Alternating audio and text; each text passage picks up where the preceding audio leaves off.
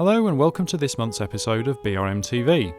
This time with plenty of top tips to share with you to make your layout perform better than ever, and even a visit to Brighton Toy Museum. But first, let's take a look at our layout of the month in Engage, Elmfield.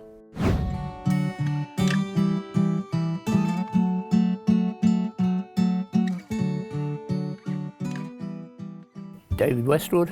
I'm originally from Halsone in the Black Country, and that is the area that provided the inspiration for this layout. As a child, these were the kind of playgrounds that you had.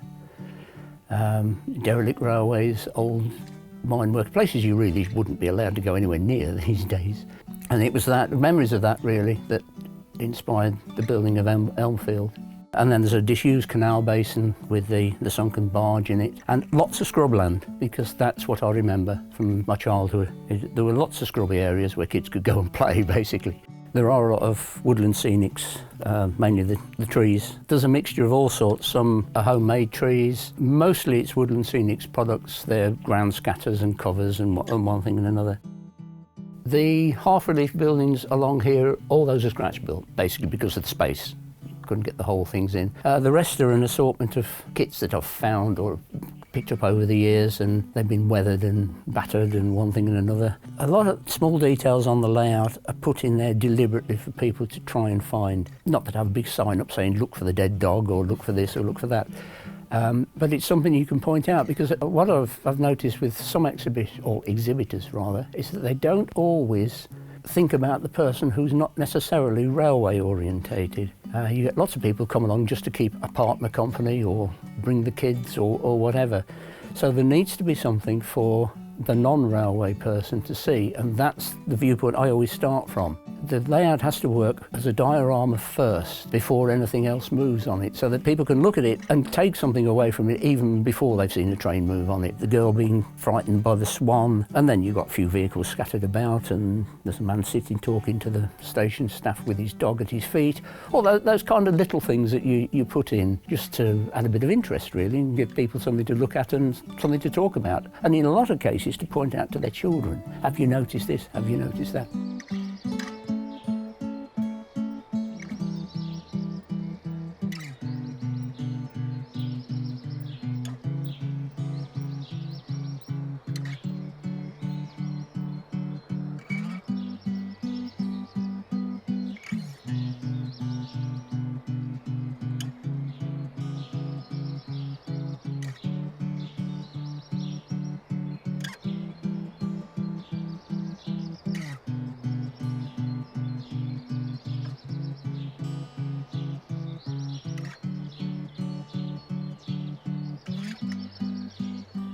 Well, the layout itself is completed as far as the layout goes. I mean, you can always do little bits, and obviously it needs a bit of repair occasionally. When you've been out to exhibitions, things go wrong, you put them right. But to all intents and purposes, it's as finished as it's going to get. What happens is we don't have a set timetable. We just run a sequence of locos in and out. We vary passenger and goods, we do a bit of shunting on it, and we have an industrial area off to one side, which also has trains coming in and out and being sorted and then sent back out again. First started modelling, or I suppose in theory, when I was about 7 or 8, which was with the Lone Star push along, which was kind of almost Engage at the time. I've never grown up really from there. I've never got to get on with anything bigger anyway. The history of the area is obviously the canals came along first with industrialisation and coal being found. That led to railway lines coming in to take the coal away. But then the coal in most of the Black Country areas sort of ran out 1920s, 30s. But by that time, one thing that seems to go along, certainly in the Black Country area with coal mining, was fire clay. And that was what then took over from the mining and the production of bricks for clay ovens, for the glass-making industry, for boilers in steam engines, and in some cases for decorative building. Passenger services were got first, obviously, but while there was still some industry remained open, and the odd goods train would come and take away the products, but as the factories closed down, so did the rest of the system. Its next exhibition is at Ruddington at Great Central North. Off the top of my head, I can't remember where I go after that.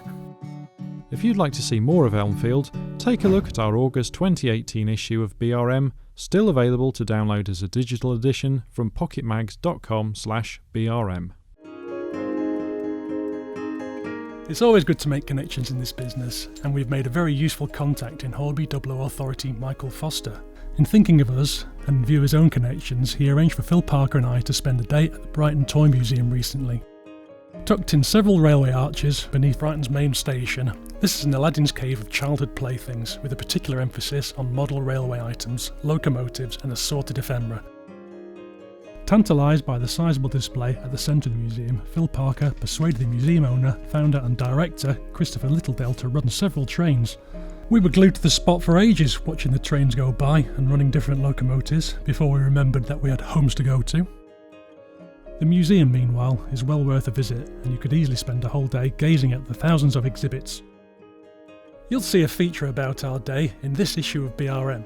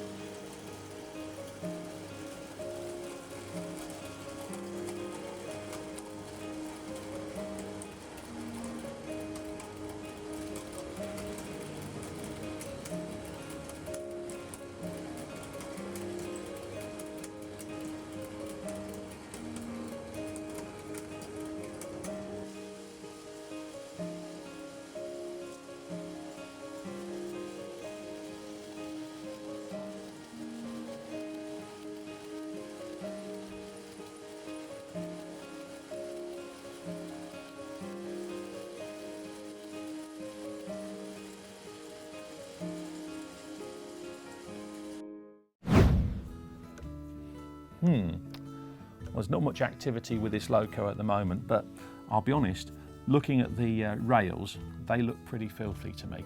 So I'm going to need to have a little bit of a look at some track cleaning.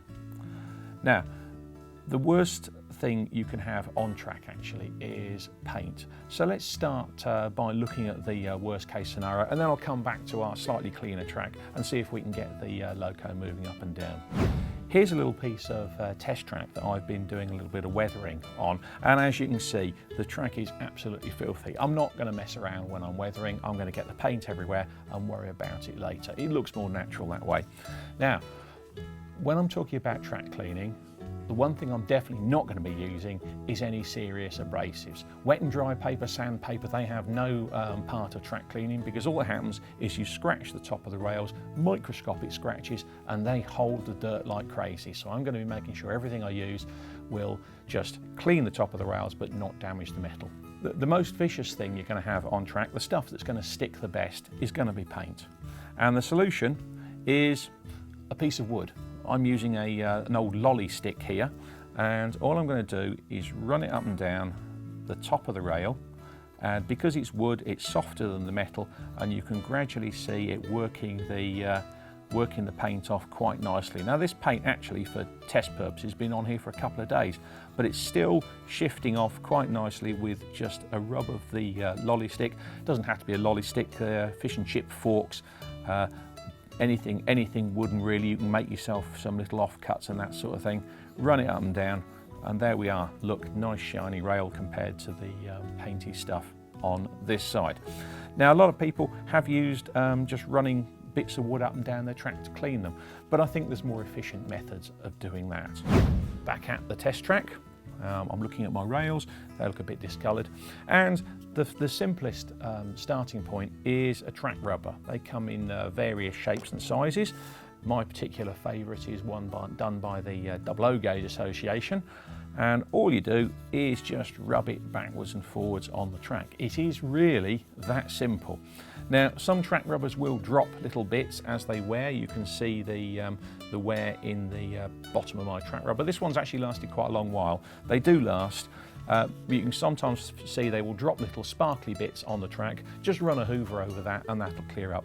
Now I tend to go over all my tracks with a track rubber at the start of any exhibition operating day, and usually that's enough to get me through a full 8-hour period. You might think you want to do some cleaning through the day and some sort of wagon would be a good idea. Well, back in the old days, Triang did a very nice permanent way car with a great big felt pad on the bottom, and you would soak that pad with charges of track cleaning fluid, which are very specifically said that not to be taken internally, so no swallowing this stuff. Or people used to use methylated spirits or all sorts of horrible concoctions on the back of on the bottom of this. And yes, it did clean the track, but it was a bit smelly and not very nice. We tend to have much better products now. Things like Deluxe Materials do something called Track Magic, which is a far kinder and more environmentally friendly product.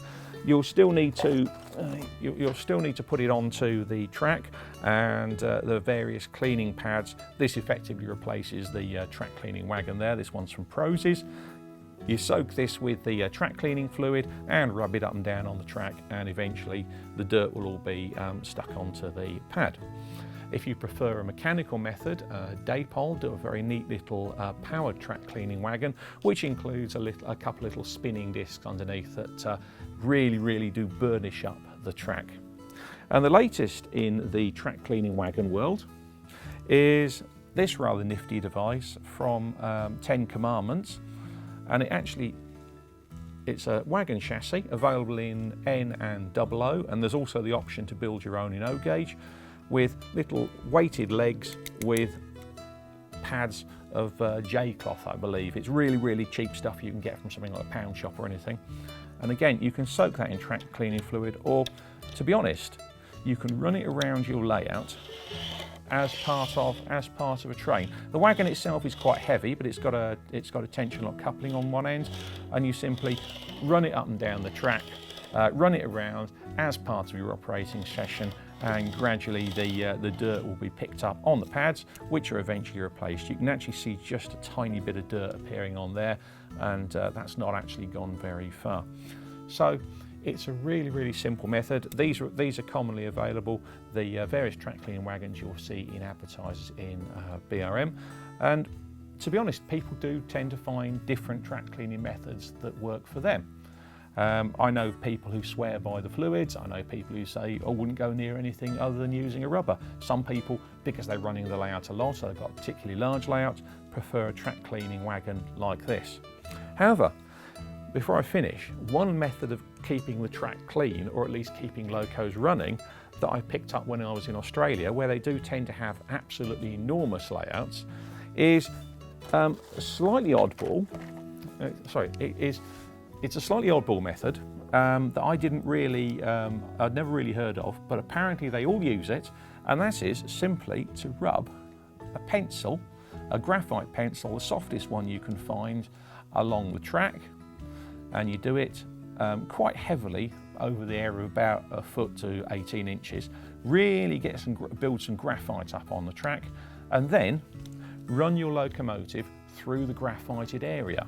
It spreads the graphite all over the layout, and apparently that stops the dirt build-up and ensures good running. Now, since I've come back from Oz, I've had a chat with people in the UK, and certainly small-scale guys, people doing 009, and therefore I assume this would work just as well with N-gauge, say, yeah, I've been doing that for years.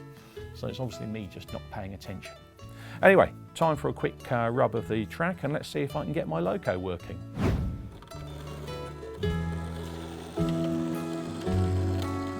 BRM has a new monthly newsletter, and amongst a host of extra features such as what we've been up to during the month, blooper videos from the cutting room floor, we're also doing regular unboxing videos. So, if you haven't subscribed already, here's a sample of what you're missing out on. Something I've been looking forward to. In fact, I've actually got one on order. It's the latest version of the Oxford Golden Valley Janus loco.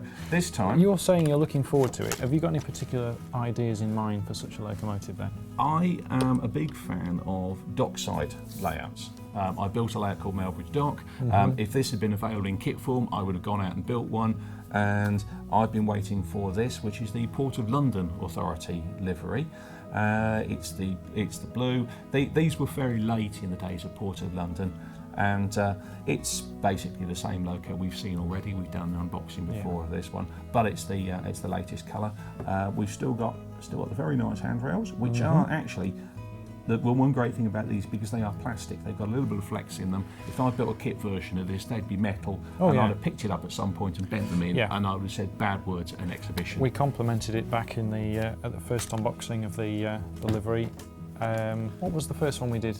I think we had the BP one. That was it. Yeah, which was very nice. Yeah. So let's give this one a test. Nice. Again, literally straight out of the box. Yeah, you'll need to run this in, of course, but not very much. Very much. Again, if I built a kit build version, one of those, it probably wouldn't run anything like as well as that one. And to complement it, we have something they've been doing a lot of. We have a set of PLA, of course, again, well, Port of London Authority wagons. 3-pack. So we've got a 3-pack. Let's just take one out there, so that I like the idea of producing rolling stock to go with the locomotives, especially something like this is relatively unusual. Nobody else does PLA wagons, quite sensibly, because it's a very limited market. It is a 3-pack though, don't forget. Yes. So we've got another 2 to come out. Yes, it's a 3-pack of wagons. It says digging around under the table. Yeah, there we go. There we go. So it's the same 3-pack they've been issuing with the various liveries they've been bringing out. But with different numbers. So we've got 468, 387 and 126 in the pack. Quick way to get your hands on some 7-plank private owner wagons. Yeah, very nice. Take a look at Golden Valley Hobbies website or see them in store. Hello and welcome back to the studio, and I'm here now with the project layout. You've seen this across a few recent episodes of these DVDs. This time we're going to take a look at some more of the wiring of it. Now, last time we installed our point motor, we showed you the process and how that goes, how that's done. But this time I thought we'd go a little bit through the wiring and how I like to wire a layout for DCC. Now, obviously DC layout wiring is a little bit different to DCC, a little bit more involved. But I thought I'd just go through some of the basic principles when wiring a layout, what to look out for, and a few top tips. Let's get started. Now, a few important rules before we actually start. The first is that when wiring a DCC layout, granted, you're not going to need those isolation switches like you will do with a DC layout. However, the same principle rules apply in that your contact between rail and locomotive might be very good, but it's only going to be as good as the power which is being fed to the rail. Now, a lot of people can tend to skimp on their power feeds on the layout, and it's really important to remember that most sections of rail, about every yard or so, should have their own independent power feed. Now, this is for a number of reasons. Firstly, because nickel-silver rail, which is what we find across many different pieces of track nowadays, doesn't conduct electricity as efficiently as copper. And that's one important factor, which means that across a long distance you can end up with a greater resistance, which effectively means that on a DC layout your locomotives will tend to slow down, but more importantly on a DCC layout your locomotive decoder sound might decrease over a distance. I've had this occur on a few layouts in the past, and when I discovered and explained to them what the problems were, it was quite obvious there weren't enough dropper wires and they were using the rail to conduct the electricity across the distance. So there you go. About every yard, as a rule of thumb, you must have a dropper wire. What does a dropper wire entail? Well, effectively, if you look at what we're going from here with this layout, we're going from ground zero. This has been wired with a whole multitude of different colours of wire, and well, all of these we're going to remove. Mainly because none of these colours really tell us much about where they're supposed to go. I like to stick to a rule of thumb, and that's that we've got 2 rails and it's a DCC layout. Therefore we only need 2 colours of wire. They're all going to be linked together. We're going to have a common bus. Now, a bus is essentially a term that's referred to where we have one piece of wire that runs from one end of the layout right the way through, and all of our dropper wires, which come off those every yard of track, is connected to this bus, and it's the bus that powers the entire layout, and without it the DCC layout won't function correctly. It also means that because you've got a bus running from one end to the other, all of your dropper wires just need to be connected to it, and it simplifies wiring greatly. So there you are. If you're wiring a DCC layout, look out and add one of those bus wires. I think because of the different multitude of colours, what I'm going to do is rip out all of these, and I'm just going to keep it very simple. I'm going to have some red cable and some black cable. We'll just cut them to length. I think this is about a 5 or 10 metre reel, something like that. The other important factor to remember when wiring a layout is the cross-sectional diameter of your cable. Now there's a very important reason for that, and that's because when you are wiring a DCC layout, the entire amperage of all the different accessories and the decoders that are present on the layout at the particular one time are all drawing current, and it's all going through the bus wires. And if you haven't got a cross-sectional diameter that's sufficient, you can end up overheating your cable and potentially catching fire and creating all sorts of mess and problems. So make sure that your cable is thick enough. For most dropper wires, you'll find that you'll have a cross-sectional diameter. That's the diameter of the cable itself, of around about 0.75 millimeters. Most model railway cable that you'll buy from the various retailers is multi-strand, and that's something that's quite useful, principally because you can conduct more current through it than solid core wire.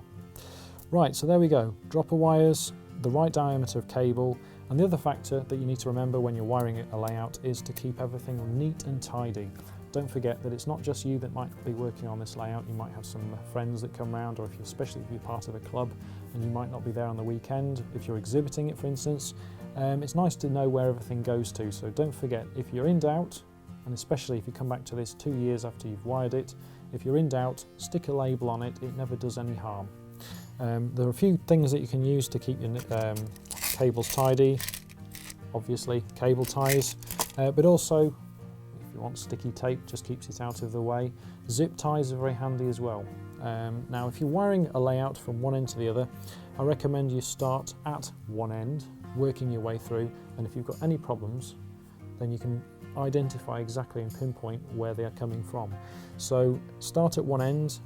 Every time that you add a dropper, make sure that you test it. You'll need one of these. We talked about this last month. It's a multimeter, and you'll be able to test the resistance going through your cables. If everything checks out fine, you can then proceed to the next section of your layout. So I think with that, what we're going to do is demonstrate how I add some dropper wires to this piece of track. It's going to be the same principle that is going to apply through the entire baseboard. So let's get started. What we're going to do is just solder 2 dropper wires on. Now for this layout, I'm going to stick to black cable for the left rail of the layout, so everything on that side of the layout will be black, everything on that side will be red. It just keeps things simple, and it helps you identify whether you're on a left rail or a right rail. Really doesn't make any difference because it's DCC, it's all theory, but it means that if you get polarity changes in your track, you know exactly where things are. So this piece of track here, underneath is where I like to solder my dropper wires, principally because then when you ballast the track, it's not visible. So soldering a dropper wire is something that ideally should be done before you ballast and fix your track down on your layout, and that's for a number of reasons. Firstly, because you get to lift the track and make sure that all of your joints are nicely soldered on the underside of the track, which is then hidden when you start to ballast.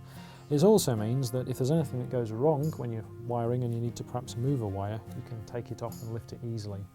So what I like to do is, before I completely fix down and nail the track on the layout, is just get it roughly into position where I want it to be, and then using either one of these, a little pin vise with a drill bit in, or alternatively a mini drill, is just draw a little marker on the layout baseboard, and then where I want the dropper wire to go through to the underside, drill it out, and then feed your wires through before you fix everything down definitively. So, on to soldering a dropper wire. How's it done? Well, you can either do it on the outside of the rail, which is something I don't really like doing because it's obvious when you ballast and it's quite visible, or you can do it on the inside of the rail, which you shouldn't do because you can then have problems when your flanges of your rolling stock runs across, but I have seen people do it. Certainly don't recommend it. Or you can solder it, ideally, which is the best place, on the underside of the track, and it's completely hidden and invisible. That does require a few modifications on track like this though, namely cutting through this plastic base. So I've just got a little pair of cutting pliers here. All I'm going to do is just remove the underside of a bit of sprue on the track so that we can get access to the rail. Now if your rail's already down, there is another way. It might seem crude, but you can actually use a soldering iron to burn through the plastic. Now, bear in mind that if you're doing this in a confined space, it's going to give off some nasty fumes, so I recommend some very good ventilation, keep all the windows and doors open, and ideally have a little fan blowing all those fumes out of the room if you're working indoors, or better still, do it outside. So there we are, we've exposed 2 bits of rail on the underside. Now this is nickel silver rail, which takes to solder very, very nicely, but it's quite aged, this track, it's not fresh, and the best thing to do before we solder it is to apply a little bit of flux. Now, what is flux? Well, I think you've seen it quite a few times in BRM, but I'll go through it for the beginners of you out there. It is essentially an acid. Now, you apply this to whatever you want to solder before you apply the solder, because it helps the solder flow better. It's available in all sorts of different shapes and forms. You can have it in very liquid bottles to apply by brush. You can even have it in a very thick paste. But this one here that I've got is very, very easy to use because it's in a pen form. It's essentially a little bit like a marker pen. All you're going to do is just rub it there on the underside of the track, and it's going to deposit a little bit of the acid to the underside. There we are. It's not going to evaporate straight away either or anything like that. Over here we've got my trusty Antex 25 watt, which has been on the old juice for about 5 or 10 minutes to heat up to temperature. So it's not an adjustable temperature soldering iron or anything like that. We're just keeping it very simple. It's also a standard tip on it as well. I've got some solder here, which is some cord flux solder, and we're going to just approach the underside here with the solder straight on top like so, and then just apply some heat. You'll hear a nice little sizzle, and you'll know that it's soldered properly and you've got a good bond if your solder flows correctly. If it blobs up and clumps and wants to just stay in a little blob, a little round blob, and hasn't flowed properly, then you know that you've got potential problems and it might not have bonded to the piece underneath properly. And that's where you get problems with wiring, where we call it a dry joint. That means that effectively, visually, as though the solder is taken to the joint, but electrically, when you pass current through it, there's no contact there at all. So look out for that. And it's very important when you're wiring just to test things, make sure everything's doubly safe anyway. So we'll just do the same with this side here. A little bit of solder on there. There we are. And you'll note that it's a nice, clean, shiny blob, which means that it's nice and fresh and it's taken properly. Soldering iron holder. Next up comes our length of wire. So for argument's sake, let's just take a length of black wire here. Now, I mentioned earlier the cross-sectional diameter of cable.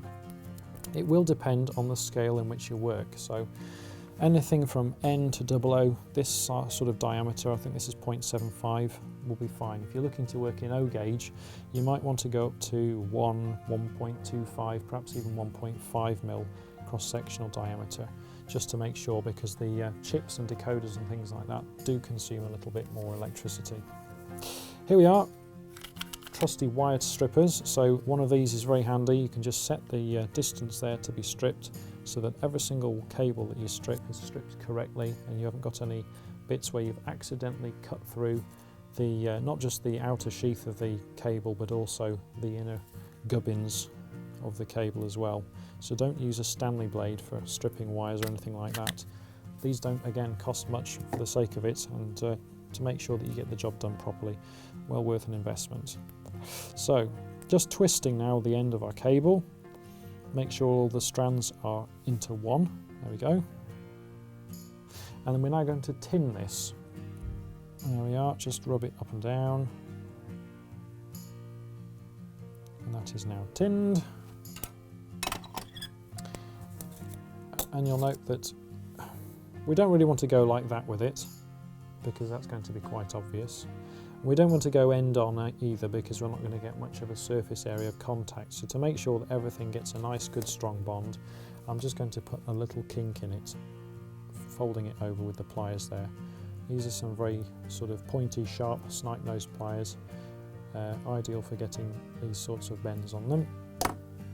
And now that we've got that bend on it at 90 degrees, we can approach our length of track and just hit it down with the iron, and that will fuse the two bits to be soldered together.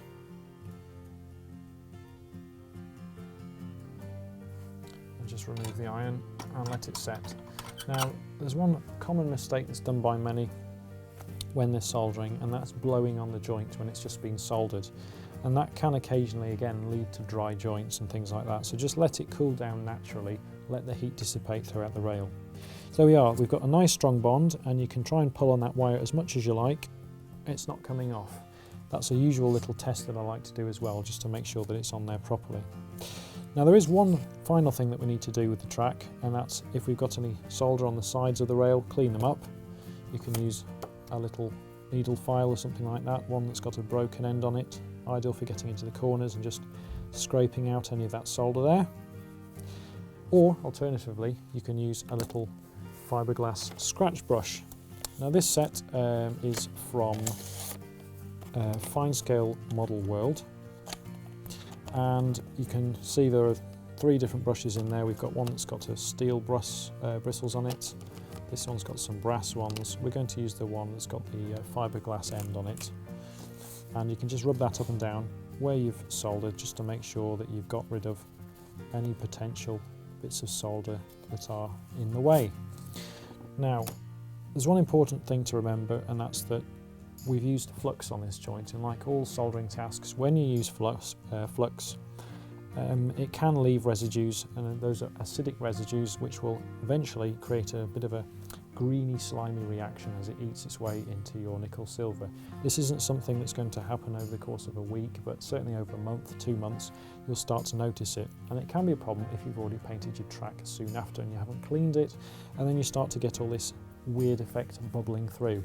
So what I'd recommend is that if you're at this stage where you haven't laid your track definitively and you've got your dropper wires sticking out, just get an old toothbrush, a little bit of soapy warm water, give it a good scrub, no problem at all. So there you go, that's how to solder a dropper wire. We're just going to continue this throughout the entire layout, working our way through with our little trusty pin vise, making holes as we go.